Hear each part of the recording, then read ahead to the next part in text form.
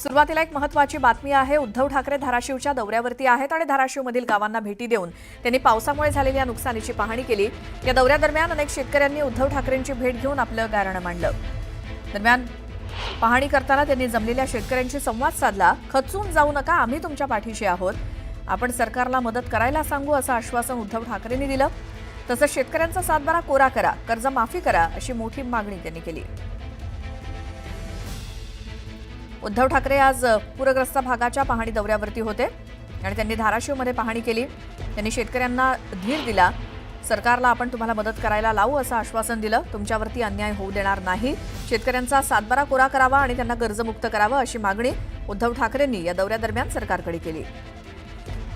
आणखी एक सल्ला त्यांनी शेतकऱ्यांना दिला, तर ज्या काही नोटिसा बँकांकडून येतील त्यांची होळी करा असंही आवाहन उद्धव ठाकरेंनी शेतकऱ्यांना केलं।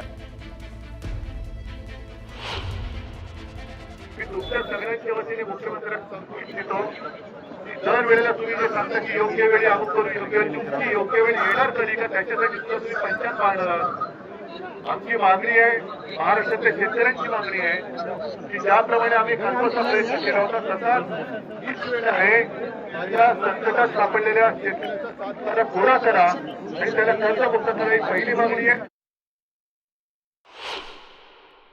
सर्व शेतकऱ्यांची एक मोठी मागणी की हे सरसकट मिळाले पाहिजे। तुम्हाला मान्य आहे का? शेतीचं एका वेळेचं नुकसान नाही झालं, शेतीची जमीन खरडून गेलेली आहे की पुन्हा नीट शेती करायला 3 ते 5 वर्ष लागणार आहे। आणि आज जी काय 2.25-2.5 कोटीची मदत सरकारने जाहीर केलेली आहे की संपूर्ण मराठवाडा जरी धरला तरी प्रत्येक शेतकऱ्याला हेक्टरी किती मिळणार आहे? 8.5 आणि आता जे नुकसान झालं, पाणी पिकं जी होती ती सडून गेले, साफसफाई करायला किती येणार?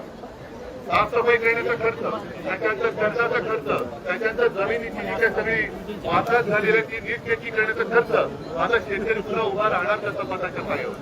आणि म्हणून शेतकऱ्यांना कर्जमुक्त करा। बँकेच्या वसुलीच्या नोटीस आलेल्या आहेत, या सगळ्या नोटिसा एकत्र करून मुख्यमंत्र्यांकडे पाठवून द्या, सगळ्या एकत्र करा आणि तुमच्याकडे द्या। आपण मुख्यमंत्र्यांना सांगू की बाबा हे सगळं तुम्ही भरा। आता सगळे आज त्यांच्या घोषणा खूप मोठ्या आहेत, पण जर का या नोटिसा बँकेने थांबवल्या नाही एक तर या नोटिसांची होळी करावी लागेल। याच्या सगळ्या नोटिसा एकत्र करून मुख्यमंत्र्यांना आपण फक्त तुम्ही खचू नका, आम्ही तुमच्यासोबत आहोत। तर उद्धव ठाकरे आज आणि उद्या मराठवाड्यात अतिवृष्टीमुळे झालेल्या नुकसानग्रस्त भागाची पाहणी करणार आहेत। शेतकऱ्यांच्या बांधावरती जाऊन ते नुकसानग्रस्त भागाची पाहणी करतील आणि उद्धव ठाकरे लातूरमधील काळगाव इथे जाऊन शेतकऱ्यांशी संवाद साधणार आहेत। तर बीड, जालना आणि छत्रपती संभाजीनगर जिल्ह्यात सुद्धा उद्धव ठाकरे पाहणी दौरा करतील। मराठवाड्यात अतिवृष्टी आणि पुरानं हाहाकार उडवून दिलाय, त्याच पार्श्वभूमीवर आता सरकार सत्ताधाऱ्यांनंतर उद्धव ठाकरे देखील शेतकऱ्यांच्या बांधावरती जाऊन पाहणी करतायत।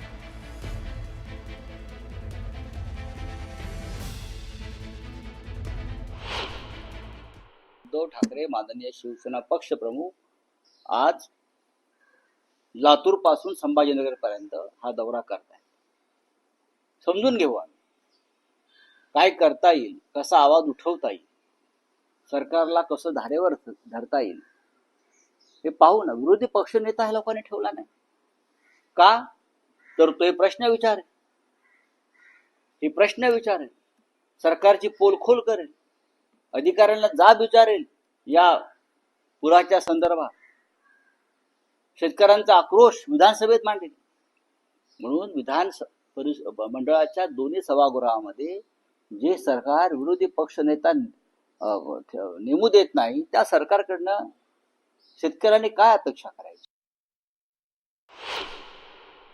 या 3 तासाच्या दौऱ्यामध्ये उद्धवजी ठाकरे काय फार्स करणार आहेत? शेतकऱ्यांच्या बांधावर जाण्याचं नाटक उद्धव ठाकरे तुम्ही करतायत, ही नौटंकी शेतकरी बघतोय। तुम्ही सकाळी नाश्ता करून घरातून निघणार आणि दुपारी जेवण करायला पुन्हा मातोश्रीवर येणार, हा तुमचा कसला दौरा? मोजून 3 तासाच्या दौऱ्यामध्ये शेतकऱ्यांचं दुःख तुम्हाला कळणार आहे का? तुम्ही कार्पेट टाकून दौरा करणार आहेत का? गेल्या वेळी मुख्यमंत्री असताना ज्या पद्धतीनं रेड कार्पेट टाकून ओल्या दुष्काळाची पाहणी तुम्ही केली होती, आताही रेड कार्पेट टाकून ओल्या दुष्काळाची पाहणी तुम्ही करणार आहात का?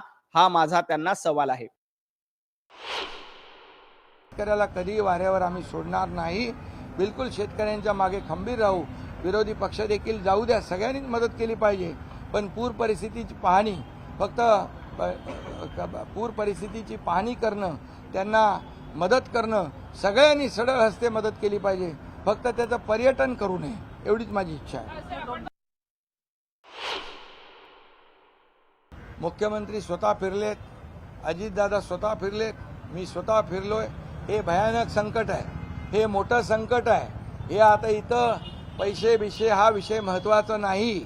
आम्ही त्यांना मदत देताना कुठंही हात आकडता घेणार नाही. शेतकऱ्यांना मदत देताना थोडंसं काटकसर करावी लागेल, ती आम्ही करू.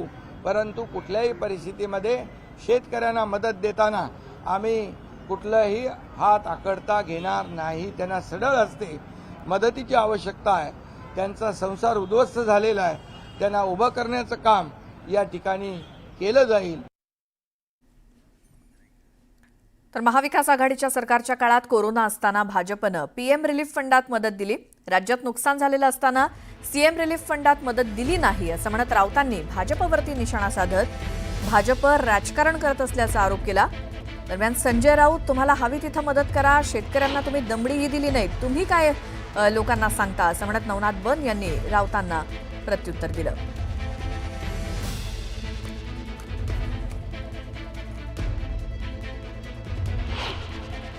आम्ही करोना काळामध्ये, संकट काळामध्ये आमदार खासदारांनी महाराष्ट्राच्या आपलं 1 महिन्याचं वेतन द्यावं हे ठरवलं आणि मुख्यमंत्री सहायता निधी द्यावा, कारण संकट महाराष्ट्रात.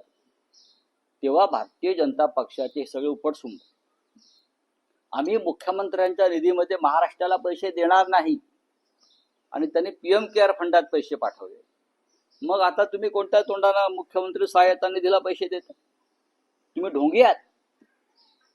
हा, तुम्ही ढोंगी आणि बकवास लोक आहात. तुम्ही प्रत्येक गोष्टीत राजकारण करता.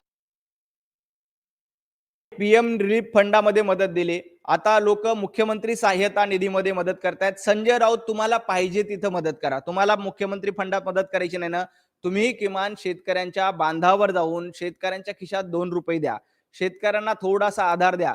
तुम्ही शेतकऱ्यांना कवडीही देणार नाही. साधा बिस्किटचा पुडा संजय राऊत तुमच्या शिवसेनेने दिला नाही.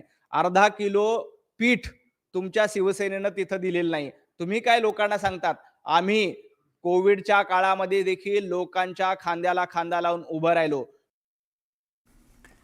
तर मदतीच्या किटवरच्या फोटोवरनुसार दोन्ही शिवसेनांमध्ये राजकीय कलगीतुरा रंगायला सुरुवात झाली आहे. आम्ही ज्यावेळी मदत केली त्यावेळी तुमचे फोटो लावले ते चाललं का असं म्हणत प्रताप सरनाईकांनी संजय राऊतांवरती निशाणा साधला. तर तुम्ही तुमच्या उभ्या हयातीत कधी कोणाला बिस्किट पुडा तरी दिलाय का, किंवा तुमच्यासाठी झटणाऱ्या शिवसैनिकाला मदत केली आहे का, असा सवाल सरनाईकांनी राऊतांना विचारला. दरम्यान अतिवृष्टीच्या मुद्द्यावरनं राजकारण करू नका असा सल्ला देखील सरनाईकांनी दिला. तर ज्या वेळेला मदतीच्या किटवरती सरनाईकांचे आणि एकनाथ शिंदेंचे फोटो लावण्यात आलेले होते त्यावेळी विरोधकांनी त्यांच्यावरती टीका केली आणि याच टीकेला प्रताप सरनाईक यांनी उत्तर दिलंय. आजपर्यंत तुमचे फोटो लावत होतो तेव्हा तुम्हाला ते मदतीचं वाटप केलेलं चालत होतं का? आणि आता मात्र एकनाथ शिंदे साहेबांनी जर 2-2.5 हजार गावकऱ्यांना एका दिवसामध्ये मदतीचं वाटप केलं असेल तर त्यात चुकलं काय? आजपर्यंत जेव्हा मोठमोठे फोटो तुमचे लावायचो, तुमच्या नावं टाकायचो, त्यावेळेस तुम्हाला काही त्याच्यावर आक्षेप नव्हता. आजपर्यंत तुम्ही एक बिस्किटचं पाकिट तरी कुणाला गोरगरीब जनतेला दिलेलं आहे का? मला म्हणजे गोरगरीब जनता बाजूला ठेवा, परंतु तुमचे शिवसैनिक दिवसभर तुमच्यासाठी अहोरात्र परिश्रम करतात, मेहनत करतात. त्या शिवसैनिकांसाठी तरी तुम्ही कधी काही मदत केलेली माझ्या तरी लक्षात नाहीये किंवा मला तरी आठवत नाही की तुम्ही काही मदत केलेली आहे.